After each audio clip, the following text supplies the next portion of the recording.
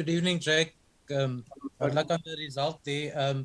Just at halftime, we caught a glimpse of you speaking to the guys in the change room, and it's really passionate, it seemed like. And so you come out second half 12-9, you're right in the game, 35 minutes left. What do you think went wrong after that? No, nothing went wrong. In fact, I think we just played so well in the beginning, and we played against a really good team, and we needed to score next. And as I said earlier to the media here, I mean that team knows a lot of international players. They obviously knew how to manage the game, especially in that first 20 minutes after halftime. And then once you have to play catch-up rugby against Toulouse, it's difficult. It's not a test match. You've got to then start taking risks. You've got to start playing from your own half, and that becomes difficult. They stayed in the fight for a long time, Jake, against a very strong Toulouse side. What do you think they could have done better? Ashfaq, I don't think there's anything they could. I mean, they played against a really good team at 12-9. Maybe, it's fine. The margins are small. We kicked that ball through early in the first half, and the ball runs into touch. I think Kainan and Kirtley probably would have scored there, And then you need those things to go your way, You need to build pressure, especially if you play away from home, Ashfaq. You saw. I mean, I just said to the guys here, I think there were 16 games of Champions and Challenge Cup rugby this weekend, and I think almost everyone won their home game except the two teams that were in Champions Cup that went down to Challenge Cup. So Lyon, who played in the Champions Cup, and Clermont-Ferrand that played in the Champions Cup, both won their games in the Challenge Cup. So you find it hard to win away from home. So much so that's probably what the lesson is. You've got to do well at home in the pool stages and make sure you get yourself a chance to play at home. I know with that kind of scoreline, you can't blame the referee really, but there were some tight calls that went against you, and also there was a clear forward pass that led up to one of their tries. Yeah, that's fair. Look, I mean, I think the only call I would sort of think that was a little bit of a difficult call was that scrum penalty. I thought they broke from the scrum early. We were going forward, and from that they got the ball and they went and scored. And so, in the context of the game, I think at that stage it was 24-9. Then it became 31-9. Had it been 24-9 penalty to us, kick into their half, and who knows, maybe we get a try. Then it's 24-16. So.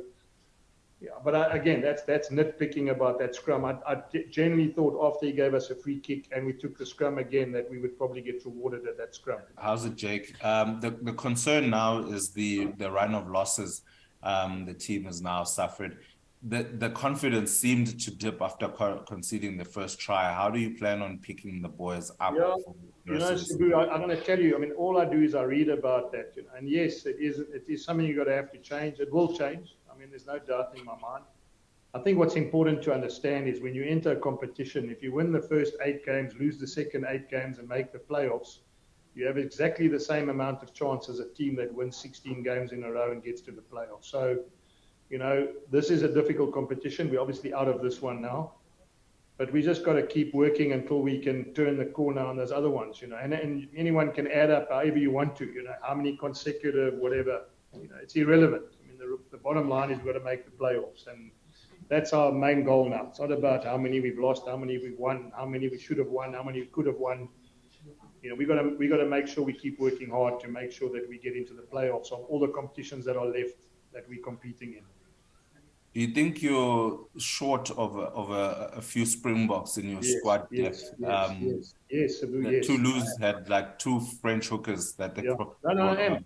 I said that earlier. I just think that's the problem. I mean, I think you got to think puts in perspective, and I say it to you guys week in and week out. You see how Kirtley and Kainan change our team, and it's only 2 Springboks who might not even start in the World Cup because you've got Mapimpi, you've got Ches and Colby, and you've got Villy and Damien. So these 2 guys who probably won't start for the World Cup have made a massive difference to our game. So when you put that into context, and you've got teams like the Stormers who've got 11 Springboks, and the Sharks have got 10 or 11 Springboks, it's very different. I was just saying to one of the guys in the change room, I think Antoine Dupont and Intermac have got more tests together than I think our whole team have got test match experience. So, I don't want to sound like I've stuck records to do, but we far off from where we need to be to win this competition. We far off from where we want to be as a union. Far off from how we foresee, where we are in terms of where we need to get to, and we will get it right. We will. As I said, a lot of things. We need to look at our squad. We need to look at the way we've obviously rotated our players, or whatever the story is. We need to do a review. But in this moment in time, our focus is to get home, make sure that we play well in the Currie Cup, and obviously make sure we qualify for the playoffs in the URC. Finally, from me, what do you think your players would have taken from this experience playing, 21-time French champions, 5-time European champions? Yeah. So exactly that. I think that's what they'll take out of it. That is the benchmark of where you want to be when you're playing in a club team. That's the benchmark in all things. In the way they played, in the way they do things, in the way their stadium looks, in the way they fill up their stadiums with their supporters. That is, as I said to them, in the pre-season when you're running hills or when you're doing gym, think about the moments of what it was like to play Toulouse with 33,000 people, and that should motivate you. That should get us to understand that's the level of club rugby we want to try and get to when we're in South Africa. Jake, I know not a lot about rugby, but for me tonight, your players are showing that they're adapting to the competitions overseas. And if you take 2 or 3 players in your squad tonight that really showed that they're willing to fight and put their bodies on the line. Not that the others did, but there was 2 or 3 players that really stood out. Is this the start of the let's call it the new Vodacom Bulls, with the new players, the younger players taking the lead?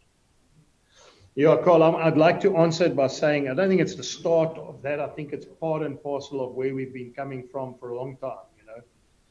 I was watching the Sharks play yesterday, and we beat the Sharks twice in the Currie Cup final. We beat them last year in the quarterfinals of the URC. So in the last 3 years, we've dominated the Sharks. And what's changed? So they signed Bongi, they signed Sia, they signed Eben, they signed Carly Sardi, they signed Rowan van Rensburg, they signed Fenter, they signed Tutuka, and we've in a unfortunate circumstance, we lost Marcel, Arnu, Dwayne, Trevor, Walt, Madosh. So the learnings are, it is what it is. We've got to now adapt to what we have. So I don't think today's the start. I think a couple of guys today put their hands up again. That's part and parcel of where we want to get to as a group.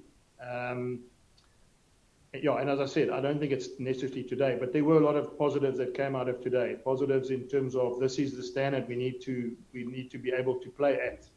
And there were times we defended with 14 men, we defended well. I think at times we scrummed well against the French front row. There are times where I think we won 8 or 9 of their lineouts, which again shows that we've against a really good lineup. You go through Arnold and Flamont, who came off the bench. They've got a really good lineup. So there are a lot of positives. I don't think it's individually in terms of our performance, but I do think that the learnings and the understanding of where we want to get to will play part in a lot of things we're going to put into place in the off season. How do you think the rest of the South African teams will fare, considering that they all travel? Do you think the real Champions Cup will show itself in the next round? So Sabu, I'm going to tell you something which again, not trying to be clever. This is an incredibly tough competition to win. I used an example of Racing Metro. Racing Metro have had great sides for a long time, and they've just can't get over the line and win the competition. Even with the good sides they had when they were dominating in France. Now it becomes tough. It becomes tough now because now you look at the La Rochelles, the Saracens, the Leinsters, the Toulouse. Those teams historically are the powerhouses of Heineken Cup rugby or Champions Cup rugby, and now as I said, now the men get separated from the boys, and when I say how do I think it'll be a great test. It'll be a great test to see where we are, because now as I said, now you really need to play well to get over the line. I think once you make the 16.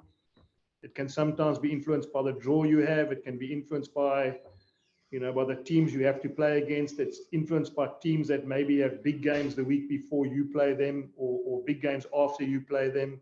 So for argument's sake, if you play a French team that loses its first game or its second game in the Heineken Cup, then generally some French teams wouldn't even send their main guys to the next round.